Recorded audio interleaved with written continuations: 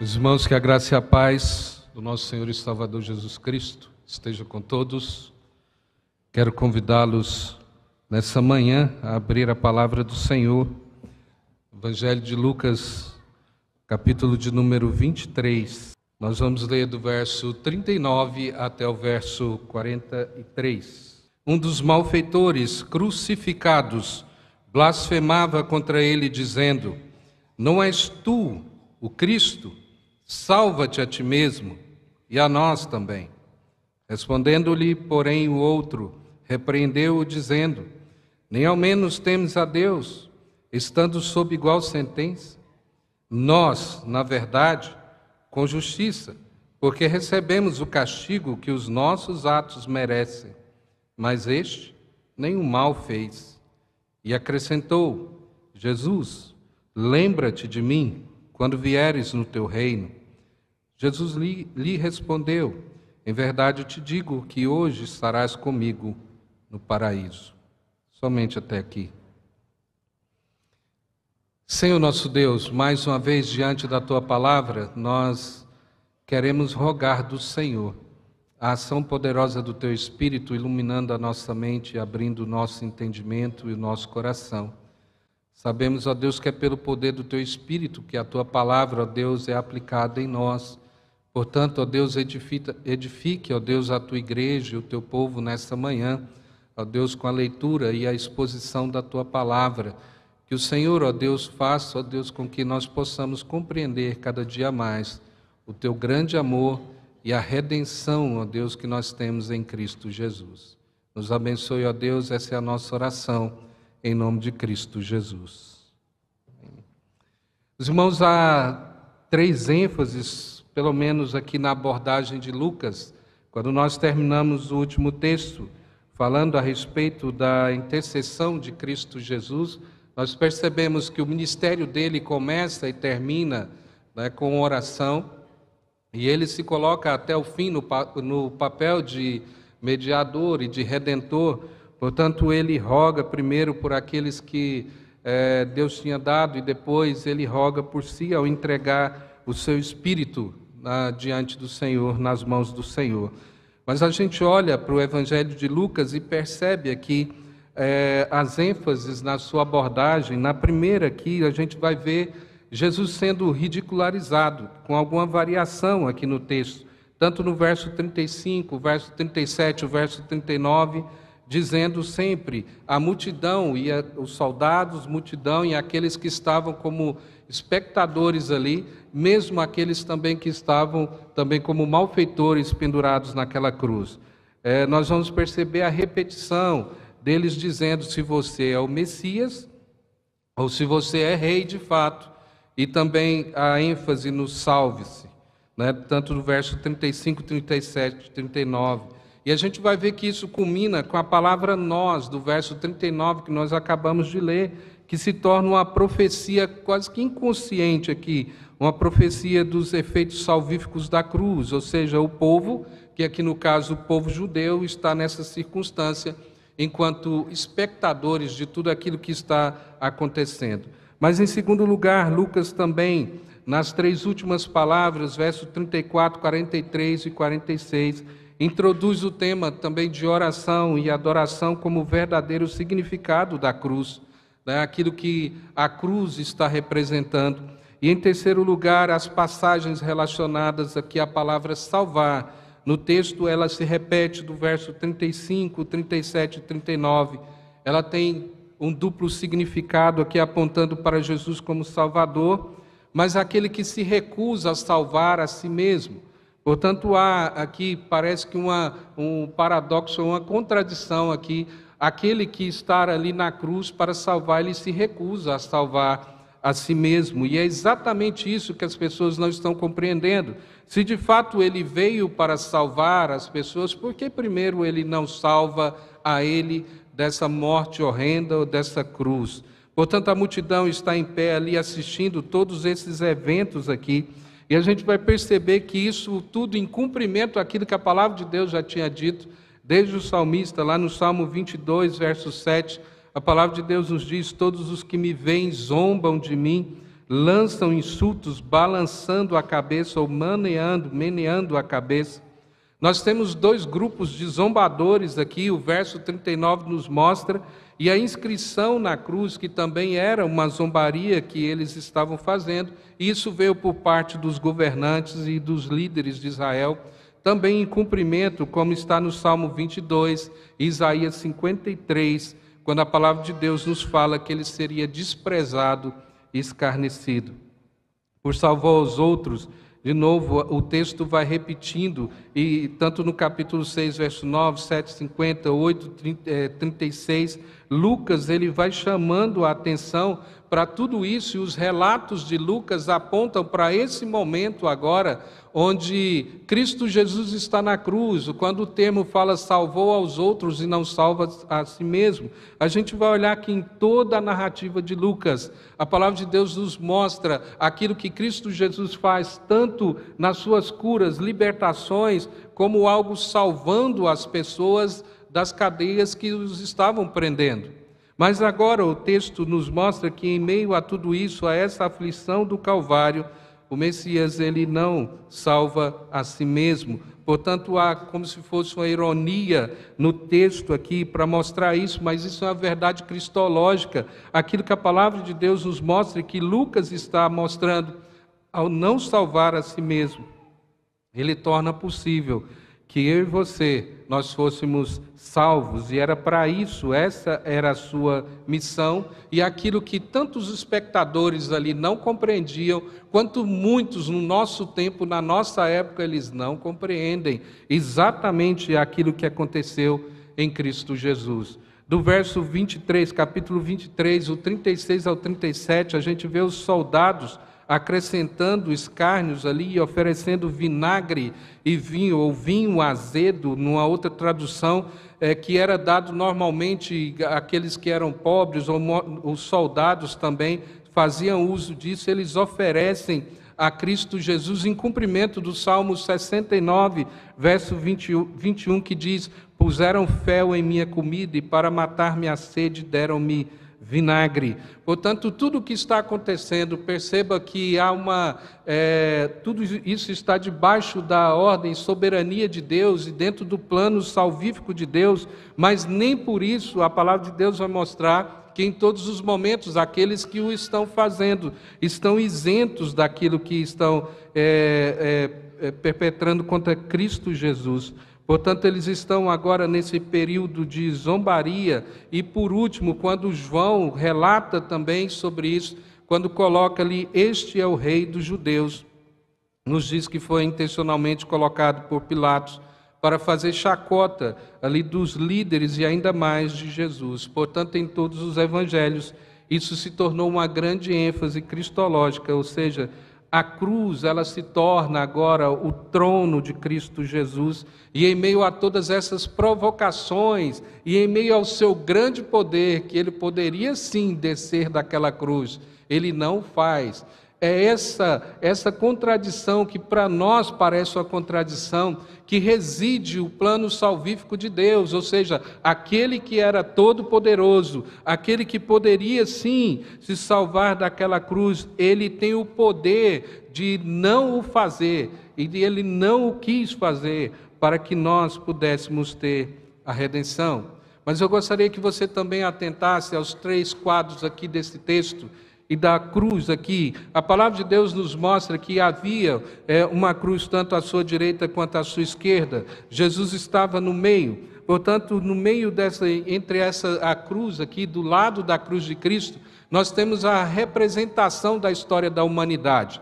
Se muitas vezes nós quisermos, às vezes, advogar a questão salvífica para todos, a gente vai perceber já nesse quadro da cruz, que isso não seria possível, ou seja, a redenção de fato é para aqueles a quem Deus escolheu, a quem Deus ama, e de fato isso acontece do começo até o fim. E aqui, nesse quadro menor, na cruz, a gente vai perceber exatamente isso também.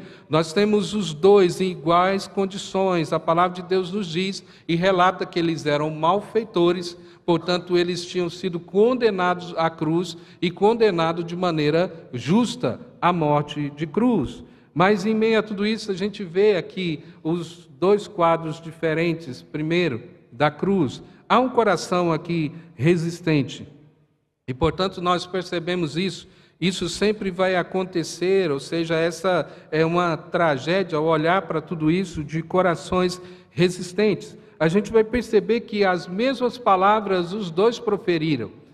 Eles estavam em meio à multidão. Isso estava acontecendo desde o caminho, onde Jesus está indo para a cruz. Todos eles estão juntos, indo em direção à cruz do Calvário, e todos eles estão debochando e falando a mesma coisa. Portanto, o texto, quando diz você não é o Cristo, salva-se a si mesmo, e depois salva a nós. A gente vai perceber que essa é a primeira pessoa que está ali, que tinha sido condenado juntamente com Cristo Jesus.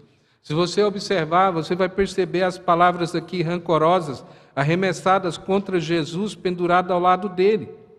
Isso ecoa essas provocações, como eu já falei, e, portanto, ele estava representando exatamente aquilo que as pessoas ali estão vendo, ouvindo, percebendo de todo aquele ambiente. Essa era a manifestação desse primeiro malfeitor, e dizendo para Cristo Jesus: se você é o rei dos judeus mesmo, salve-se. Salve-se, e em meio a isso ele continua essa zombaria diante de Cristo Jesus, por não perceber e não conseguir. O homem natural nunca vai conseguir compreender isso, ou seja, ele está pregado numa cruz, né? No meio está aquele que é o Salvador da humanidade, mas ele está ali crucificado junto com ele, e ele nunca vai perceber naturalmente que aquele que está do lado dele exatamente é aquele que o pode salvar. Porque em meio a tudo isso, existe a zombaria, e da mesma maneira continua até hoje. Se a gente notar, a história da humanidade continua da mesma forma. Ao olhar para Cristo Jesus, ao olhar para tudo aquilo que a palavra de Deus nos fala a respeito de Cristo Jesus, para muitos não passam de uma história, apenas uma história com alguns fundos morais. Para outros isso completamente nem existiu, mas da mesma forma, a mesma zombaria, ou seja, ela continua da mesma maneira nos dias de hoje. Algumas pessoas no coração completamente endurecidos ao olhar para tudo isso, ao olhar para a verdade do Evangelho e muitas vezes perceber que a vida se resume apenas àquilo que está debaixo do sol. Ela nunca vai entender a nossa vida de serviço a Deus, de adoração a Deus, porque para eles é uma perda de tempo em meio a essa trajetória da terra que é muito curta. É você jogar a sua vida fora, se devotando a alguém que possivelmente não existiu. Isso é aquele que se torna de coração duro. Portanto, quando a gente lembra daquilo que o diabo falou para Jesus no início do ministério, quando ele fala: se tu és filho de Deus, manda que essas pedras se tornem em pão, isso se transforma também no mesmo grito da humanidade, ou seja, se você de fato é Deus, desça dessa cruz. Por isso que em meio a muitas manifestações e na história da igreja, a gente vai perceber que milagres, não necessariamente eles transformam a vida de alguém. Essas pessoas estavam aqui acompanhando o ministério de Jesus e vendo tudo isso, mas aquilo que eles queriam sempre era estar sempre próximo ou ver apenas um espetáculo, mas sempre olhando para tudo isso e dizendo: se de fato é Cristo, faça isso, se de fato faça isso, faça aquilo outro.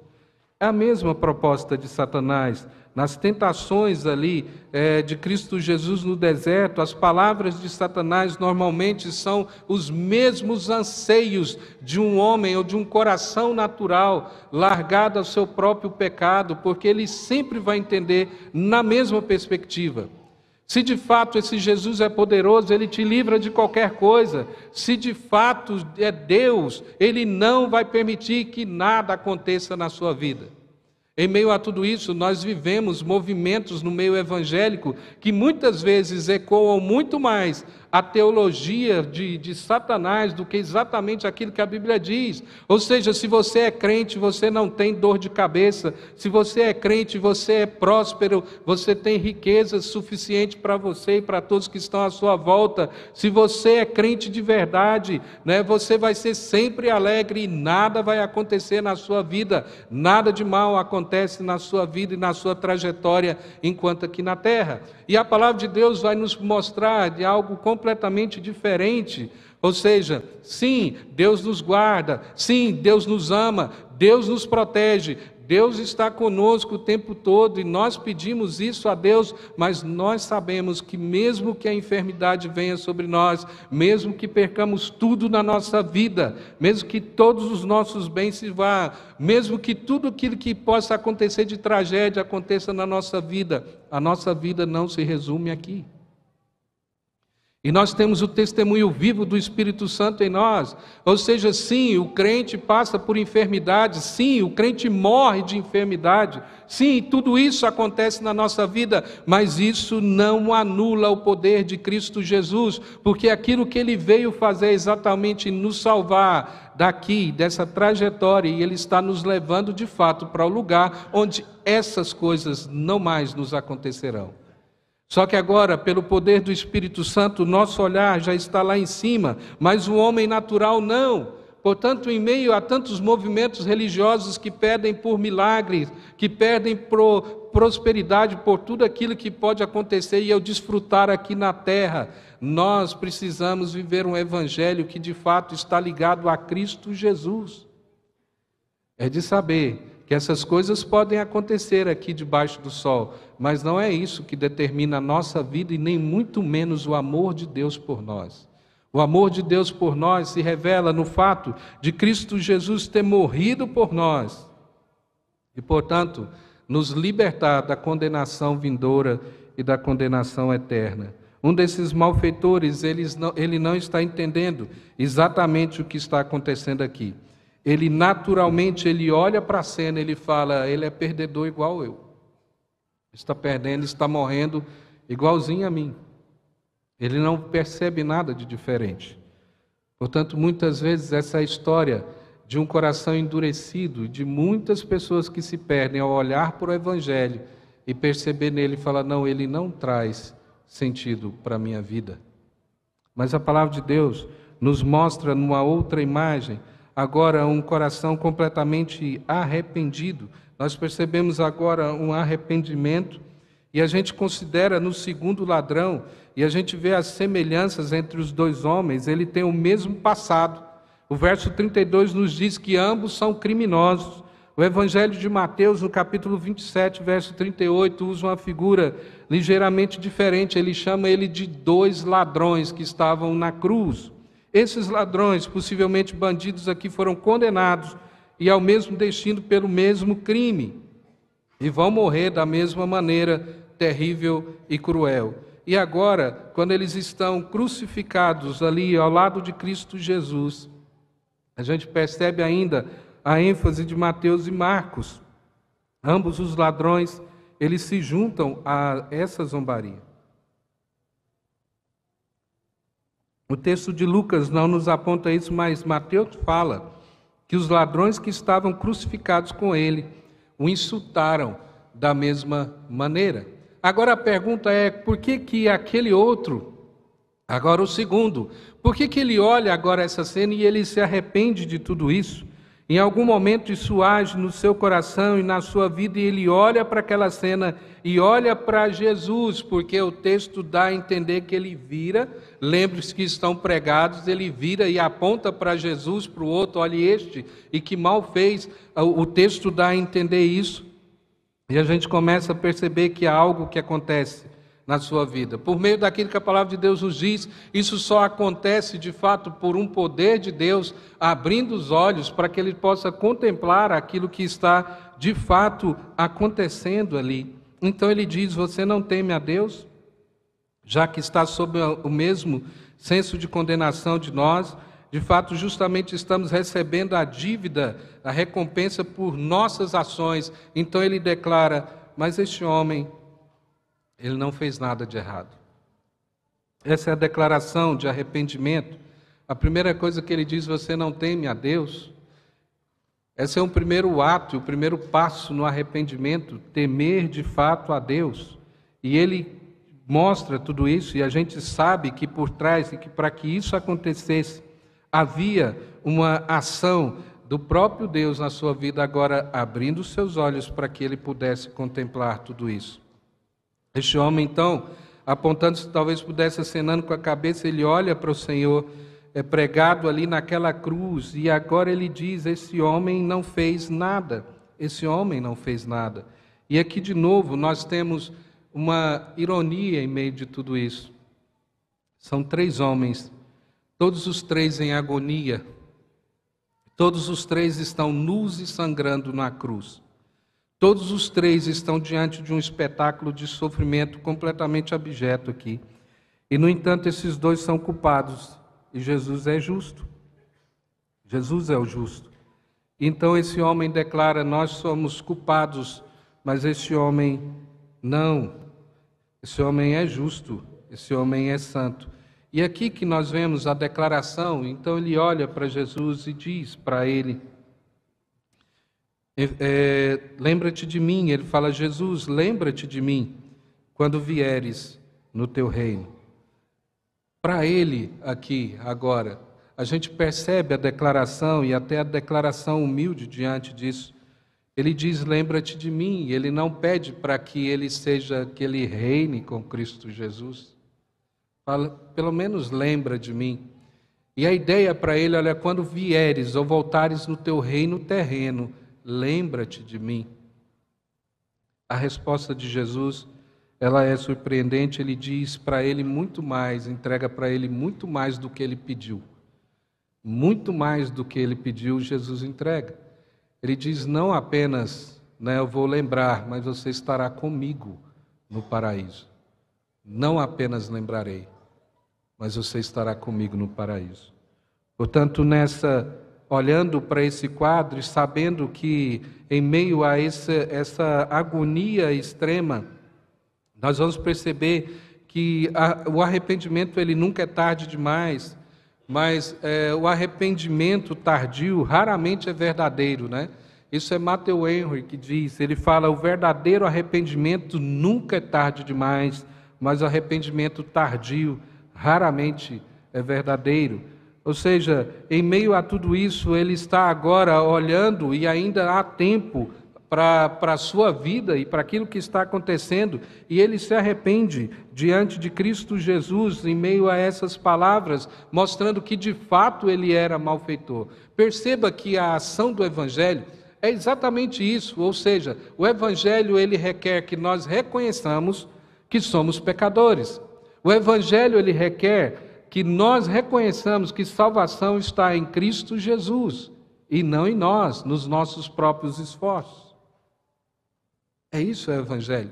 A declaração desse malfeitor na cruz é exatamente o cerne daquilo que Deus quer que nós façamos na sua presença. Mas em meio a tudo isso, e aqui ao finalizar, nós percebemos o amor redentor de Cristo Jesus em meio a tudo isso.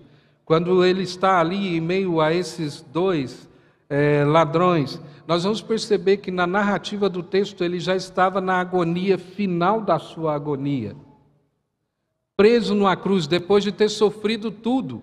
Ele já tinha sofrido os açoites, ele já tinha passado por tudo aquilo que a palavra de Deus nos mostra, de todo o sofrimento. Ele já está pregado na cruz em agonia, mas agora nesse amor redentor, a gente vê Cristo Jesus falando para esse malfeitor e olhando para ele e dizendo a respeito, garantindo a respeito da sua salvação. Perceba que o Cristo Jesus, a quem nós servimos, aquele que nos resgatou, ele, como eu falei na última vez, ele está muito mais olhando para nós, para aqueles a quem ele veio. A sua missão é feita até o fim, tanto é que ele não está olhando para a sua própria agonia. Lembre-se que Jesus era plenamente homem. Se fosse eu ou você pregado numa cruz em plena agonia, você teria condições de ainda olhar para o outro e falar: olha, em verdade te digo, hoje estarás comigo no paraíso. ou atentar para as palavras de alguém ali na cruz? De forma nenhuma. Nós não seríamos capazes disso. Mas Cristo Jesus, Ele cumpre em meio à sua obra e aquilo que é a sua missão, Ele vai do começo até o fim, sem desviar de maneira nenhuma o propósito, para que eu e você pudéssemos ser salvos. Portanto, a ironia da cruz está aqui. Aquele que tinha poder de descer daquela cruz, aquele que tinha poder de nem passar por essa cruz, o poder dele se revela no fato dele se deixar ser crucificado naquela cruz. Porque a palavra de Deus diz isso. Ele quis, ele não foi obrigado a morrer. Cristo Jesus quis morrer por mim e por você. Ele quis fazer isso. Ele não foi obrigado. Portanto, naquela cruz, ele continua do começo até o fim da sua vida, mesmo na última agonia, rogando por aqueles a quem o Pai tinha dado. Esse ladrão era um deles. Mas em tudo isso nós vamos perceber a história da própria humanidade, daqueles a quem são deixados naturalmente na sua própria sorte. Eles nunca vão perceber de fato que em Cristo Jesus há redenção. Na verdade, aquele que está nesse caminho, ele nem se percebe que está perdido, completamente perdido. Ele nem percebe para onde está indo. Mas ele vai com convicção. Muitas vezes com ironia, muitas vezes com deboche. Isso não é novo, e nós precisamos lembrar disso. O salmista, no Salmo 73, ele falando a respeito da prosperidade do ímpio, e muitas vezes do ímpio dizendo, aonde está o seu Deus? Já percebeu que em muitos momentos, nós, como cristãos, às vezes uma doença nos acomete, às vezes problemas diversos, sempre vai ter alguém para dizer, uai, não é crente? Cadê o seu Deus? Onde está Deus em meio a isso? Às vezes, quando acontecem algumas tragédias ou algumas coisas no nosso meio, as pessoas logo falam, poxa, onde está Deus? E na maioria das vezes, alguns começam a duvidar, falam, olha, se isso aconteceu, é porque talvez não era crente. Gente, isso não é o evangelho que a palavra de Deus mostra.